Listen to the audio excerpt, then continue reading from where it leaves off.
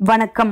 ஐயா சு. வெங்கடேசன் அவர்கள் எழுதிய வீரயுக நாயகன் வேல்பாரி பகுதி 73. பரம்பின் வலைப்பின்னல்களில் செய்திகள் பறந்து கொண்டிருந்தன. தனது கூட்டில் இறைவந்து சிக்கிய கணத்தில் தூக்கம் கலைந்தெழும் விலங்கு போல் பரம்பு எழுந்தது. சிக்கிய இரையால் இனி ஒருபோதும் தப்ப முடியாது என அதற்கு தெரியும். தாடை கிழிவதைப் போல வாயை பிளந்து கொட்டாவி விட்டபடி மெல்ல இறை நோக்கி நகர்ந்து கொண்டிருந்தது பரம்பு. வடக்கும் தெற்குமாக நீண்டு கிடக்கும் பச்சை மலைத் தொடரில் இத்தனை 100 ஊர்களிலும் ஒரே நேரத்தில் காரிக் கொம்பூதி யாரும் கேள்விப்பட்டது கூட இல்லை. மலைத்தொடர் எங்கும் கொம்போசை அதிர்ந்து பரவிக் கொண்டிருந்தது. கூவல் குடியினரின் முன்னெச்சரிக்கை ஒலிகள் எல்லையில்லாத வேகத்தில் பாய்ந்து கொண்டிருந்தன. பரம்பின் மாவீரர்கள் அனைவரும் களம் நோக்கி சென்றுவிட்டால் படைகளை ஒருங்கிணைப்பது யார் என்ற கேள்வி எழுந்தது. புறப்படும் போது பாரியின் உத்தரவு அதுவாகத்தான் இருந்தது. எவ்வியூரிலிருந்து 3 திசை படைகளையும் ஒருங்கிணைக்கும் வேலை வாரிக்கையனுடையது. பாரி தந்தையின் காலம் தொட்டு இக்காலம் வரை எண்ணற்ற தாக்குதலை நடத்தி அனுபவம் வாய்ந்த மனிதர் வாரிக்கையன்தான். அவர் அளவுக்கு முன் அனுபவத்தின் வழியே வழிகாட்டக்கூடிய இன்னொரு மனிதர் இல்லை. பாரி உத்தரவிட்ட கணத்திலிருந்து வாரிக்கையன் வேலையை தொடங்கினார். கூத்துக்களத்தில் நீராட்டு முடிந்ததும் பாரி வடதிசை நோக்கி புறப்பட்டான்.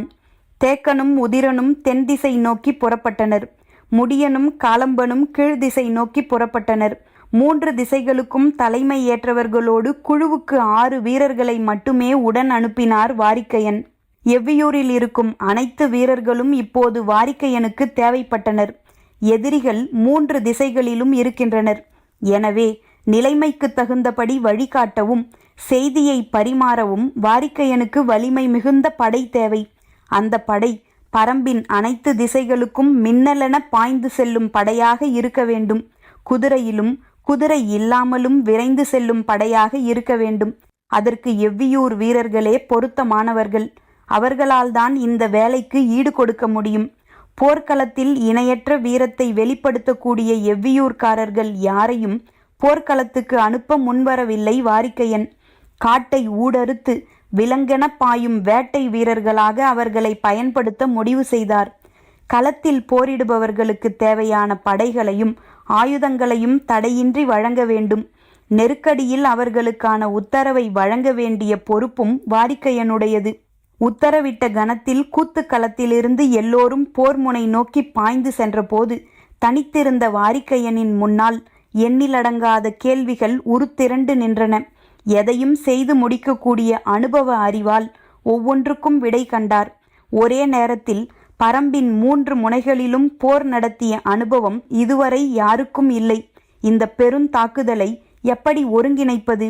செய்திகளை விரைவாக பரிமாறிக்கொள்ள வழி என்ன என்று சிந்தித்தபடி தனது முதல் உத்தரவை அதிகாலை பிறப்பித்தார்.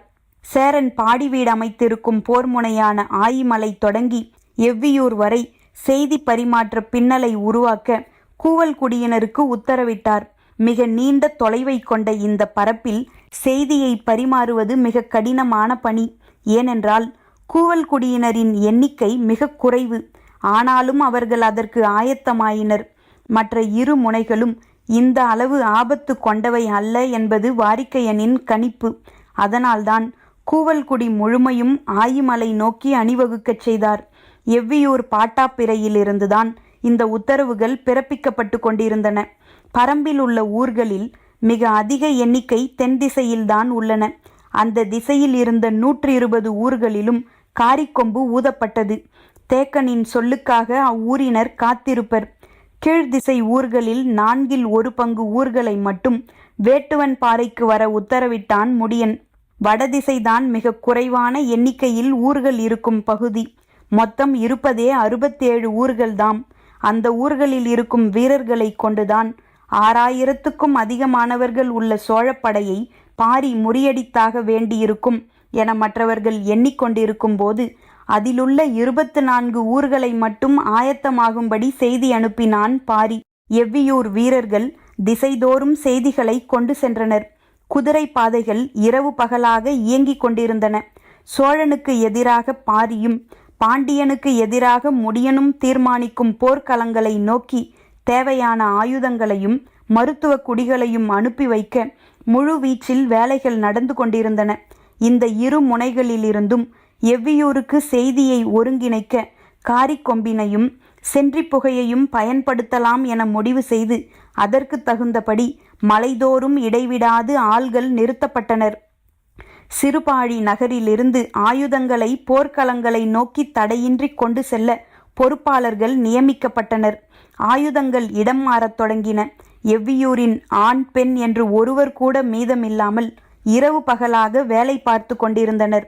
பரம்பின் நடுப்பகுதியில் இருந்த 114 ஊர்களும் உத்தரவின்றி தாக்குதலுக்கு செல்ல வேண்டாம் என்று கூறப்பட்டுவிட்டது.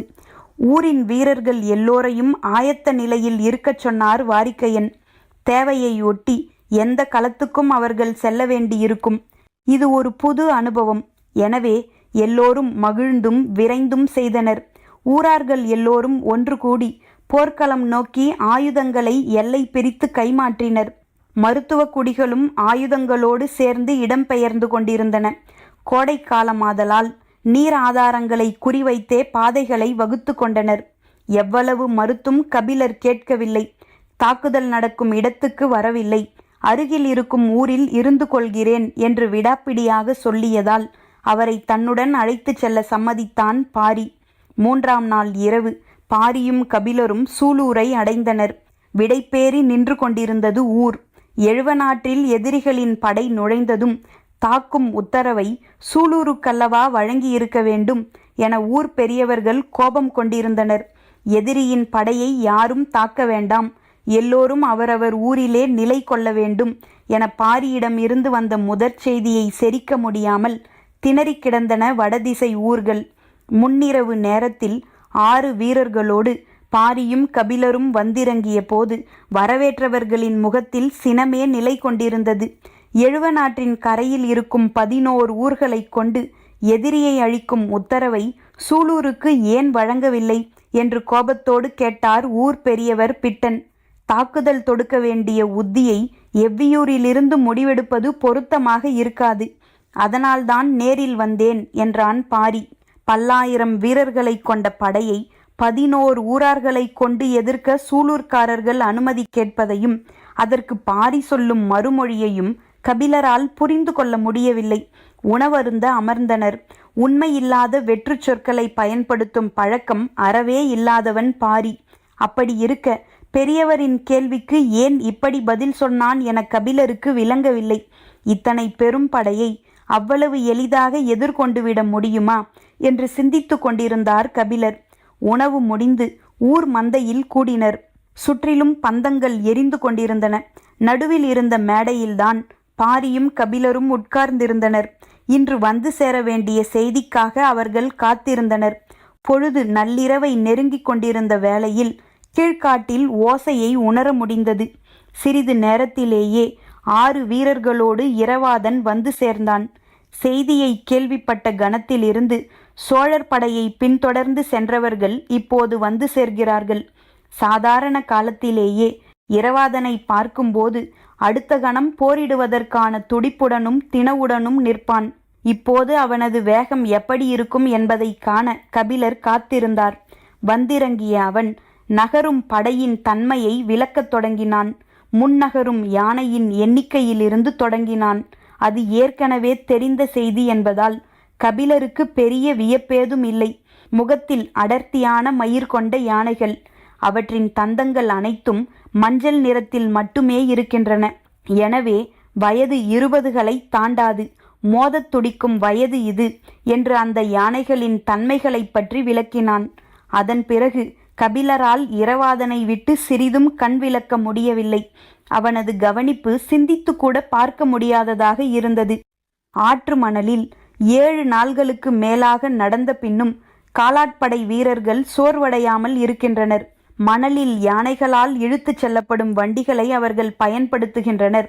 சக்கரமற்ற அந்த வண்டிகளில் போதுமான பொருள்கள் ஏற்றப்பட்டுள்ளன. மணலின் தன்மைக்கேற்ப வண்டிகளின் பெரும் அணிவரிசை படையின் முன்புறம் தொடங்கி இறுதி வரை நகர்ந்து கொண்டிருக்கிறது. கழுதைகளின் மீதும் இதர விலங்குகளின் மீதும் பொருள்கள் ஏற்றப்பட்டு சாறை சாறையாக நடந்து கொண்டிருக்கின்றன.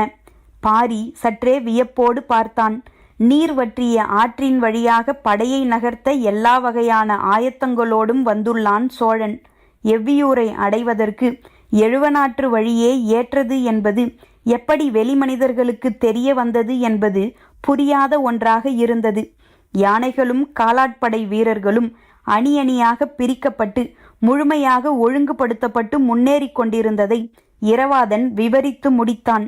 இவ்வளவு சிறப்புமிக்க ஒரு வரவேற்பை இப்பாலஸ் எதிர்பார்க்கவில்லை. அவனது நாவாய் புகாரின் துறைமுகத்துக்குள் நுழைந்தது முதல் அரண்மனைக்குள் அவன் காலடி எடுத்து வைப்பது வரை சோழவேந்தன் அவனை திகைப்புறச் செய்தான். கால்பாவை கண்டு பேச புகார் நகரத்து பெருவணிகர்கள் எல்லோரும் ஆயத்த நிலையில் இருந்தனர். ஆனால் பிறர் கண்டு பேசவெல்லாம் மாமன்னர் தரும் விருந்து முடிவுற்ற பிறகுதான் என்று அமைச்சர் வளவன்காரி தெரிவித்துவிட்டான். ஆனால் விருந்து என்றைக்கு முடிவுறும் என்றுதான் யாருக்கும் தெரியவில்லை. இன்று வரை யவனத்துடனான வணிகத்தில் பாண்டியன், சேரன் ஆகிய இருவருக்கும் அடுத்து 3ஆம் நிலையில்தான் சோழன் இருக்கிறான். இந்நிலையில் இப்பாலஸ் போன்ற யவன தேசத்தின் மனிதன் புகாருக்கு வருவதை பெரும் வாய்ப்பாக கருதினர். குடக்கடலில் வீசும் காற்று கால்பாவின் கப்பலுக்காகவே வீசுவதாக பேச்சு வழக்குண்டு. கால்பா யவனத்தின் மாபெரும் வணிகன். அவனது வணிக செயற்பாட்டில் இணைந்தே பெரும்பாலான தமிழ் வணிகர்கள் இருந்தனர். இப்பாலசும் கால்பாவும் புகார் துறையில் வந்து இறங்கியதை பெரும் வாய்ப்பாக பலரும் கருதினர். மாமன்னன் சோழவேந்தனும் அவ்வாறே எண்ணினான்.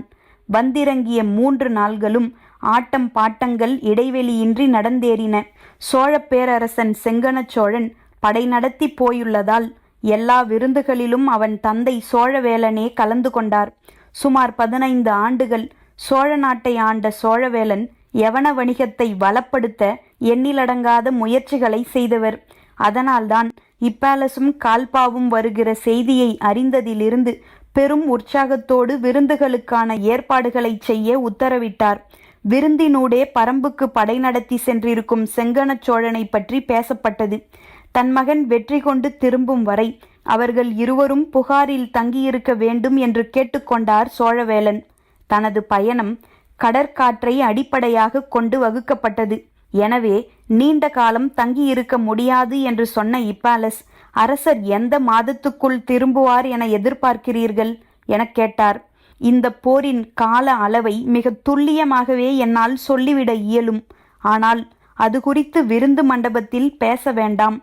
நாளை எனது மாளிகையில் விரிவாக பேசுவோம் என்றார் சோழவேலன். மறுநாள் அதிகாலை புறப்பட்டான் பாரி. சூலூரின் மாவீரர்கள் ஆயத்தமாயினர். அவர்களை 2 கூறுகளாக பிரித்தான். இரவாதன் தலைமையிலான ஒரு பகுதி வீரர்களை எழுவனாற்றின் வலக்கரைக்கு அனுப்பினான். பிட்டன் தலைமையிலான வீரர்களை எழுவனாற்றின் இடக்கரையில் பயணிக்க உத்தரவிட்டான். வலக்கரை பகுதியில் இருக்கும் 11 ஊர்களை இரவாதன் அழைத்து கொள்ள வேண்டும். இடக்கரையில் இருக்கும் 13 ஊர்களை பிட்டன் அழைத்து கொள்ள வேண்டும். எதிரிகளின் படை நகர்வுக்கு ஏற்ப இருபுறமும் மேற்புற காடுகளில் மறைவாக அவர்கள் வர வேண்டும். மலைமுகடுகளில் பயணித்தபடி எதிரி படையின் நகர்வுகளை கவனித்து வருவான் பாரி. உரிய நேரத்தில் அவனது உத்தரவுக்கேற்ப இருபக்க படைகளும் தாக்குதலை தொடுக்க வேண்டும் என்று விளக்கப்பட்டது. பாரியோடு எவ்வியூரிலிருந்து வந்த 6வரும் சூலூர் வீரர்கள் 6வருமாக 12 பயணப்பட்டனர். கபிலர் சூலூரில் தங்க வைக்கப்பட்டார். குதிரை பாதையில் வெப்புமலையின் முகடுகளில் பயணப்பட்டான் பாரி.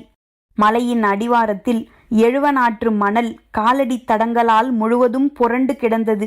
அதை பார்த்த வண்ணம் ஆற்றுப்போக்கினிலே போய்க் கொண்டிருந்தான். அவனது மனதில் நீங்காத கேள்வி ஒன்று துருத்தி கொண்டே இருந்தது. எழுவனாற்றின் வழித்தடத்தை எப்படி அறிந்தான் இவன்? ஆங்காங்கே இருக்கும் ஊரார்கள் பாரியை கண்டு சோழர் படையின் தன்மைகளை விளக்கியபடி இருந்தனர். எல்லாவற்றையும் கேட்டபடி அவன் பயணித்து கொண்டே இருந்தான். கோடைக்காலம் உச்சம் தொட்டு கொண்டிருந்தது. காய்ந்த புற்களால் காட்டின் மேனியெங்கும் மஞ்சள் பரவி கிடந்தது. ஆனால் இத்தனை 1000 பேர் உள்ள படையை நடத்தி கொண்டு ஒருவன் நம்பிக்கையோடு முன்னேறி கொண்டிருக்கிறான். அன்று நண்பகல் முள்ளூர் பெரியவர் பாரி வரும் குதிரை பாதையில் காத்திருந்தார். முள்ளூரைச் சேர்ந்த வீரர்கள் எல்லோரும் பிட்டனோடு இணையப் போய்விட்டனர். ஊர் பெரியவர் மட்டும் பாரியிடம் சொல்ல வேண்டிய செய்திக்காக முகட்டின் மீது காத்திருந்தார். மிகவும் இடுக்கான பாதையின் வழியே குதிரைகள் வந்து கொண்டிருந்தன. பாதையோரப் பாறையின் மீது அந்த பெரியவர் அமர்ந்திருந்தார். தொலைவில் இருந்து பார்த்தபோது கழுகு ஒன்று பாறையின் மீது உட்கார்ந்திருப்பது போல தெரிந்தது. பாரியை பார்த்ததும் பாறையின் மீதிருந்து சரிந்து இறங்கினார் கிழவர். குதிரையை விட்டு இறங்கிய பாரி அவரை அணைத்து மகிழ்ந்தான். எப்போதும் மகிழ்வோடு இருக்கும் அவரின் முகத்தில் சிறு கவலை இருப்பதை பாரி பார்த்த கணமே புரிந்து கொண்டான். இருவரும் பாறையின் பின்புற நிழலில் பேசியபடியே அமர்ந்தனர். படையின் எண்ணிக்கை பொருட்டல்ல, அதன் தன்மை சற்றே வியப்பூட்டுவதாக இருக்கிறது. அதை உன்னிடம் நேரில் தெரிவிக்கவே வந்தேன் என்றார். என்ன என்று கேட்டான் பாரி. குறும்பியூர் கணவாயின் வழியாக அவன் எழுவனாற்றுக்குள் நுழைந்து 10 நாள்களுக்கும் மேல் இருக்கும். இந்த கொடும் கோடையிலும் இவ்வளவு பெரிய படைக்கான நீர் ஆதாரத்தை அவனால் வற்றிய இவ்வாற்றில் உருவாக்கி கொள்ள முடிகிறது என்றார். பாரி அவர் சொல்ல வருவதை கவனமாக கேட்டுக்கொண்டிருந்தான். சொல்லி முடித்த வார்த்தையை தொடராமல் நிறுத்தி கொண்டார் கிழவர். சற்றே இடைவெளிக்கு பிறகு பாரி கேட்டான், ஆறு காய்ந்து கிடந்தாலும் அடிமணலுக்குள் இருக்கும் ஊற்று நீரை பயன்படுத்த முடியும் தானே? கிழவர் சொன்னார், இல்லை பாரி, அவர்கள் ஆற்று மணலில் இங்கும் அங்குமாக எல்லா இடங்களிலும் குழி தோண்டி நீர் எடுக்கவில்லை. நாள்தோறும் தங்கும் இடத்தை மையப்படுத்தி முன்புறம் 2 கிணறுகளும் பின்புறம் 2 கிணறுகளும் வெட்டுகின்றனர். அந்த 4 கிணறுகள்தான் இத்தனை 1000 வீரர்களுக்கும் இத்தனை 100 யானைகளுக்கும் நீர் தருகின்றன. கிழவரின் சொல் வியப்பை ஏற்படுத்தியது. பச்சைமலையின் மற்ற ஆறுகளை விட எழுவனாறு நீரோட்டம் குறைந்த ஆறுதான். ஆனால் அந்த ஆற்றில் வறண்ட இந்த கோடையில் இத்தனை 1000 பேர் அருந்துவதற்கு ஏற்ப நீரோட்டம் உள்ள கிணறுகளை எப்படி இவர்களால் தோண்ட முடிகிறது? படை நடந்து கடந்த வழியில் குறும்பியூர் கணவாய் வரை போய் திரும்பிவிட்டேன். அவர்கள் தோண்டியுள்ள எல்லா கிணறுகளிலும் வற்றாமல் நீர் இன்னும் இருக்கிறது. அது கூட வியப்பில்லை. நாள்தோறும் அவர்கள் தோண்டும் 4 கிணறுகளில் 2 கடுத்த நீர் இருக்கும் கிணறுகளாக இருக்கின்றன. பாரியின் முகக்குறிப்பில் சிறு மாற்றம் உருவானது. கடுத்த நீர் அருந்திய யானைகளுக்கு எளிதில் தாகம் ஏற்படாது என்று கிழவர் சொன்னபோது தெரியும் என்பது போல தலையசைத்தான் பாரி. வறண்ட ஆற்றில் இவ்வளவு துல்லியமாக நீரையும் நீரின் தன்மையையும் கண்டறிந்து பயணித்தபடி அவர்கள் முன்னேறுகின்றனர். போரிடும் அரச படை என்று மட்டும் இதை கணித்துவிட வேண்டாம். பல்வேறு ஆற்றல் கொண்டவர்கள் இதற்குள் இருக்கின்றனர் என்றார் கிழவர். பாரியின் சிந்தனை மீண்டும் முதற் புள்ளிக்கே போனது. பெரும் படைக்கு தேவையான நீர்வளம் இருக்கும் பாதையாகத்தான் இதை தேர்வு செய்தார்களா, அல்லது இதுதான் சரியான பாதை என தெரிந்து தேர்வு செய்தார்களா என்று எண்ணங்கள் ஓடிக்கொண்டிருந்த போது கிழவர் சொன்னார், எனது சிந்தனைப்படி நாளை இரவு இவர்கள் சுழி பள்ளத்தை அடைவார்கள். அங்கு எழுவனாற்றோடு வட்டாறு வந்து கலக்கிறது. அகலத்தில் எழுவனாற்றை விட வட்டாரே பெரியது. புதிதாய் பார்ப்பவர்கள் அதுதான் மூல ஆறு என்று நினைப்பார்கள். இவர்களும் அப்படி நினைத்து அத்திசையில் திரும்பிவிட்டால் எவ்வியூருக்கு தொடர்பே இல்லாத திசையிலே பயணப்படுவார்கள்.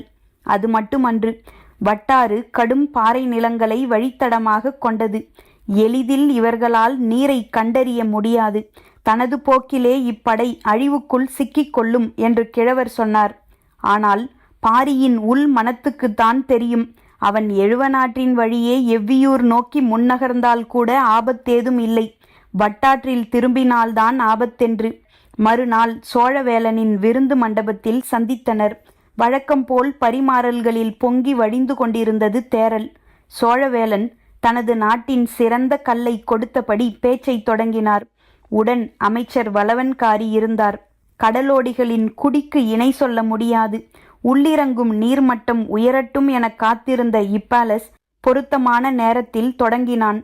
திரையர்களை வெற்றி கொள்ள முடியாமல் சோழர் படை பாதியில் திரும்பியதாக கேள்வியுற்றேன். அப்படி இருக்க இப்போது பரம்பின் மீது படையெடுத்து போய் எப்படி வெற்றி கொள்ள முடியும்? திரையர்களை பற்றி வெளியுலகுக்கு ஆதிகாலம் தொட்டே அதிகம் தெரியும். வெளியுலகுக்கு தெரியாத ஆனால் திரையர்களை விட வலிமையான குடியினர் கிழக்கு திசையில் உள்ள தாளமலையில் உள்ளனர். அவர்களின் பெயர் நெடுங்காடர்கள். திரையர்களை கூட நெருங்க முடியும், ஆனால் நெடுங்காடர்களை நெருங்கவே முடியாது என்றுதான் செய்திகள் சொல்லப்பட்டன. ஆனாலும் செங்கணச் சோழன் துணிந்து தாளமலையை முற்றுகையிட்டான். பல மாத கால முற்றுகை. இயற்கையாக அமைந்த மழை வெள்ளத்தால் நெடுங்காடர்கள் குடியிருப்பு பகுதியில் பெரும் பாறை சரிவு ஏற்பட்டது. அவர்கள் ஒருங்கிணைய முடியாத நிலை உருவானது. அதை சாதகமாக பயன்படுத்தி நெடுங்காடர்களை முழுமையாக வீழ்த்த முடியும் என்ற நம்பிக்கை உருவானதால்தான் திரையர்களை நோக்கி நகர்ந்த படைப்பிரிவின் தலைவன் திதியனை பின்வாங்கி வர உத்தரவிட்டோம். செங்கணச்சோழன் மொத்த படையையும் ஒருமுகப்படுத்தி நெடுங்காடர்களை சூழ்ந்து தாக்கினான் என்றார். நெடுங்காடர்களை பற்றி இதுவரை இப்பாலஸ் கேள்விப்பட்டதில்லை. பேச்சு அதை சுற்றியே இருந்தது. சோழவேளன் சொன்னார், கீழ் நெடுங்காடர்கள், மேல் நெடுங்காடர்கள், குறுங்காடர்கள் என்று 3 பிரிவினர் உண்டு. நாங்கள் அறிந்தவரை காடு பற்றி இவர்களின் அறிவுக்கும் ஆற்றலுக்கும் இணை சொல்ல யாரும் இல்லை. மனிதனே புக முடியாத கொடிய காட்டுக்குள் இவர்கள் நுழைந்தால் கூட உணவு, நீர், வழித்தடம் ஆகிய 3ஐயும் கன நேரத்தில் உருவாக்கி விடுவார்கள். இப்பாலஸ் திகைத்து போனான். சோழவேளன் தொடர்ந்தார், 10 ஆண்டுகளுக்கு மேலாக போர் முயற்சியில் இருக்கும் சேரனால் கூட பரம்பை ஒன்றும் செய்ய முடியவில்லை. ஆனால் வெகு தொலைவில் இருக்கும் எங்களால் பரம்பை வீழ்த்த முடியும் என்ற நம்பிக்கை எளிதிலா ஏற்பட்டிருக்கும். இப்பாலஸுக்கு என்ன சொல்வது என தெரியவில்லை. சோழவேளன் தனது நரைத்த தலைமுடியை விரல்களால் கோதியபடியே சொன்னார். பரம்பின் உட்காடுகள் வரை போகக்கூடிய பாதையை நன்கு அறிந்தவர்கள் நெடுங்காடர்கள். பரம்பின் எல்லைக்குள் எமது படை நுழைந்து 14 நாள்களாகிவிட்டன. 4 நாள்கள் இடைவெளியில் எனக்கு செய்தி வந்து சேர்கிறது. அப்படியென்றால் பரம்புக்குள் நுழைந்து 10 நாள்கள் வரை பாரி தாக்குதல் தொடுக்கவில்லை. இவ்வளவு பெரும் படை உள்ளே நுழைந்ததை 2 நாள்களுக்குள்ளேயே அவன் அறிந்திருப்பான். ஆனால் இந்த படையின் தன்மையை உணர்ந்த கணமே அவன் வில்லினை உயர்த்தும் ஆற்றலை இழந்திருப்பான். பரம்பின் எல்லைக்குள் 10 நாள்களுக்கு மேலாக படை சென்று கொண்டிருக்கிறது என்பதை இப்பாலஸால் நம்பவே முடியவில்லை. உதியஞ்சேரலால் இத்தனை ஆண்டுகளாகியும் முடியாததை சோழர்கள் எளிதாக சாதித்து கொண்டிருக்கின்றனர் என்று எண்ணிய இப்பாலஸ் தனது வியப்பை மேலும் வெளிக்காட்டாமல் இருக்க முயன்றான். கூர்மையாக சிந்திப்பதைப் போல சற்று நேரம் அமைதியாக இருந்தான். தனது புகழின் மீதான பெருமிதத்தை அடுத்தவன் கண்களின் வழியே பார்ப்பது அளவிட முடியாத மகிழ்வை தரக்கூடியது. அதுவும் கிரேக்கத்தின் பெருவணிகனும் கடல் வழி தடத்தின் தலகர்த்தனும் இமை மூடாமல் சோழ பேரரசின் வலிமையை தனது சொல் கொண்டு பார்த்திருக்க சோழவேளனால் வார்த்தைகளை எப்படி கட்டுப்படுத்த முடியும்? பெரும் படை கொண்டு வெற்றி கொள்ள சமதளத்தில் எண்ணற்ற நாடுகள் இருக்க பரம்பினை நோக்கி ஏன் படையெடுத்துள்ளார் சோழ பேரரசர் எனக் கேட்டான் இப்பாலஸ். சற்றே புன்முறுவலோடு அவனது கேள்வியை எதிர்கொண்ட சோழவேளன் ஒளி வீசும் செவ்வண்ண கோப்பையை கையில் ஏந்தினார். பரம்பின் குரல் ஒலிக்கும்.